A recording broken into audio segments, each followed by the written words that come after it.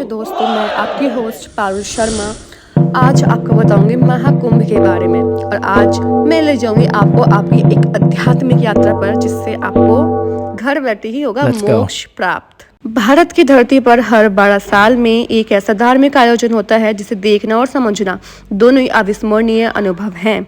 यह कोई और पर्व नहीं, यह महाकुंभ, यस सही सुना, महाकुंभ, जो कि प्रयागराज तीर्थराज नाम से भी जानी जाती है, जो धरती वहां पर आयोजन होता है। एक अद्भुत नगरी जहां 12 वर्ष में महाकुंभ का आयोजन किया जाता है। इस बार लगभग 30 करोड़ श्रद्धालु यहां पर आएंगे। 12 वर्ष के इंतजार के बाद आ रहा ये महापर्व की आस्था का प्रतीक है, जहां संगम होता है उत्तर से दक्षिण और पूर्व से पश्चिम, और सैलाब होता है सिर्फ और सिर्फ आस्था का।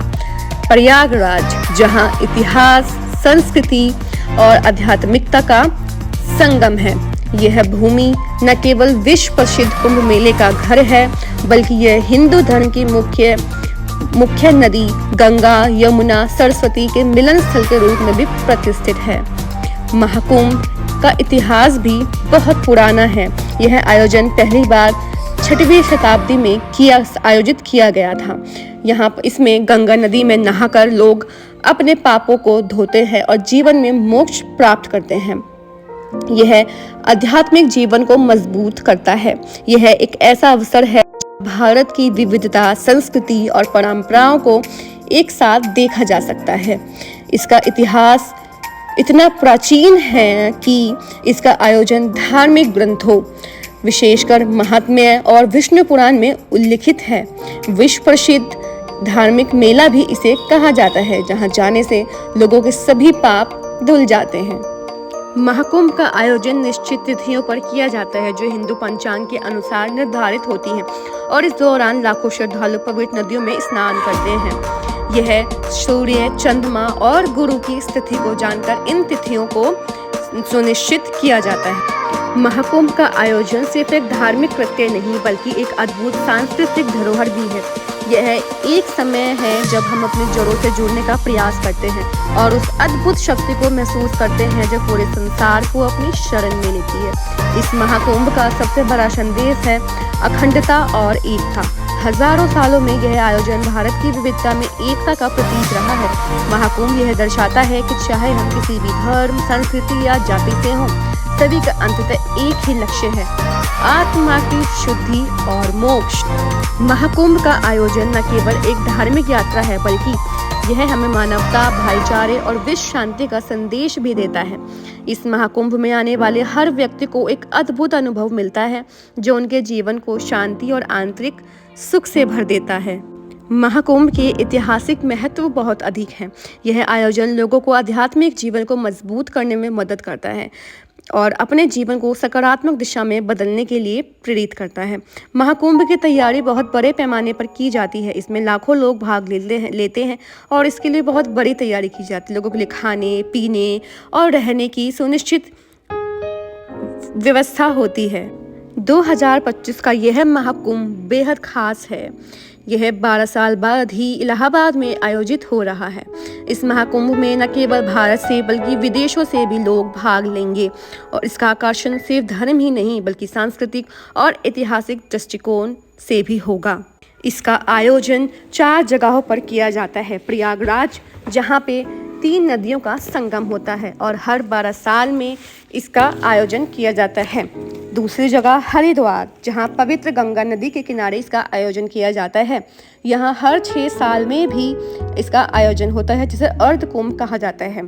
तीसरी जगह उज्जैन, जहाँ पे सिंहस्थ के नाम से जाना जाता है। महाकालेश्वर मंदिर के दर्शन और सिंहस्थ मेले का आयोजन भी किया जाता है। चौथी जगह नासिक, जहाँ 12 वर्षों में गोदावरी नदी के किनारे इसका आयोजन किया जाता है। इसका आयोजन विशेष खगोलीय घटनाओं के दौरान भी किया जाता है। यह तब आयोजन होता है जब सूर्य, चंद्रमा और गुरु एक विशेष स्थिति में होते हैं, जिसे मकर संक्रांति या मध्यम समय भी कहते हैं।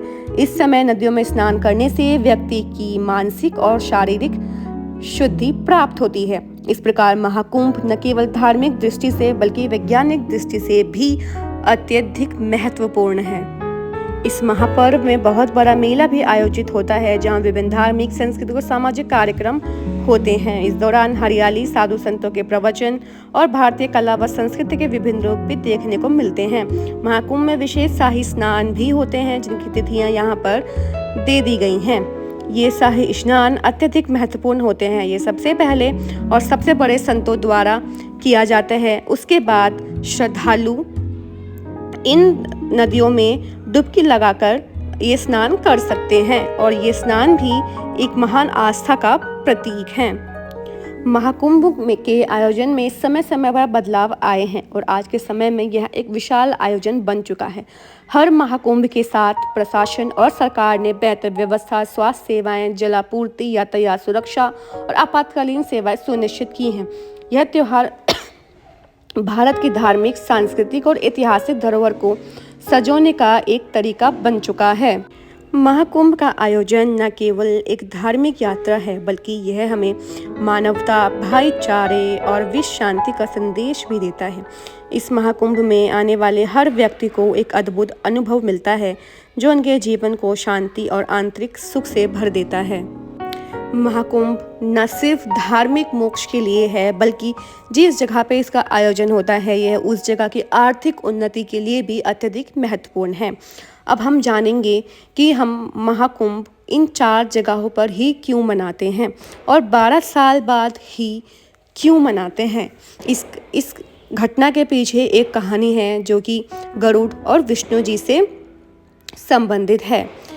ऋषि महाकश्यप की 2 पत्नियां थीं, माँ कद्रू एंड विनाता। दोनों ही ऋषि कश्यप से पुत्र चाहती थी। दोनों ही एक दूसरे से बलशाली पुत्र चाहती थी। कद्रू ने 100 पुत्र मांगे जो बहुत जहरीले हों। विनाता ने 2 पुत्र मांगे जो कद्रू के 100 पुत्रों से अत्यधिक बलशाली हों। उन्होंने दोनों को आशीर्वाद दिया। कद्रू के 100 बच्चे हो गए जो कि सांप थे, पर विनाता के दोनों पुत्र अभी नहीं हुए थे। वो बहुत ज़्यादा समय ले रहे थे। तो विनाता ने एक पुत्र का अंडा फोड़ दिया, जिसमें से अरुण निकले, जो सूर्य देवता के वाहन है। दूसरा फूटने का उसने इंतजार किया। तब तक कद्रू ने उसे अपने हाथ दासी बना लिया था।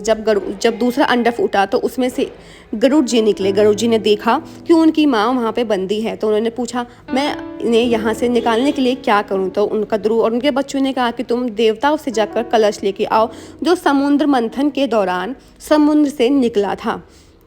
तो गरुड़ देवता जाते हैं स्वर्ग में इंद्र देवता के पास वो कलश लेने, परंतु वो कलश ले जाते हैं और वो इतने बलशाली होते हैं कि कोई भी देवता उन्हें रोक नहीं पाता। सभी देवता जाते हैं विष्णु जी के पास और विष्णु जी से कहते हैं कि आप जाएं और उसे रोकें। तभी विष्णु जी और गरुड़ में युद्ध होता है, जो युद्ध 12 दिन चलता है। जो 12 दिन, बैकुंठ के 12 दिन धरती के 12 साल के बराबर होते हैं। इसलिए इसे हमेशा 12 साल के बाद मनाया जाता है। युद्ध करते समय कलश में से 4 बूंदें धरती पर गिर जाती हैं। वो 4 बूंदें जिस जगह पर गिरती हैं, उसी जगह पर आज महाकुंभ मेले का आयोजन होता है। और इन नदियों में लोग नहाकर अपने पापों को धोते हैं और मोक्ष को प्राप्त करते हैं। जब विष्णु जी ने देखा कि कलश उनके गरुड़ जी के हाथ में ही है और वो उसे पी नहीं रहे हैं, तो उन्होंने पूछा कि आपको ये कलश, अमृत कलश क्यों चाहिए। तो उन्होंने बताया कि उन्हें अपनी माँ को कद्रू से छुड़ाना है, वो उन्हें दासित्व से मुक्त करना चाहते हैं। तो विष्णु जी और गरुड़ दोनों साथ गए। विष्णु जी ने अपनी चतुरता से गरुड़ की माता विनाता को भी दासित्व से मुक्त कर लिया और अमृत कलश भी अपने साथ ले आए।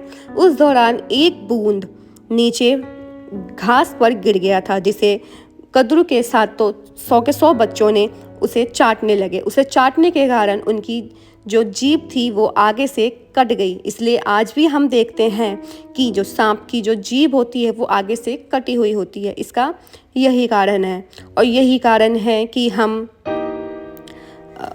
क्यों हम महाकुंभ सिर्फ इन 4 जगहों पर मनाते हैं और क्यों हम इसे हमेशा 12 साल बाद मनाते हैं और क्यों ये इसका जो जल, उस टाइम जल में स्नान करने का इतना अद्भुत, क्यों इतना हमारे लिए महत्वपूर्ण होता है।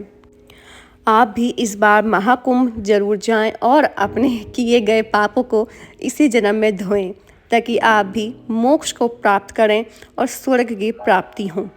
महाकुंभ का इतिहास न केवल हिंदू धर्म की महानता को दर्शाता है, बल्कि यह भारतीय संस्कृति और एकता का प्रतीक भी है।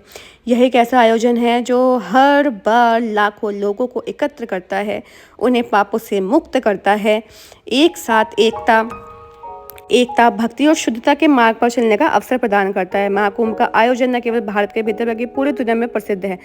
सब्सक्राइब करें।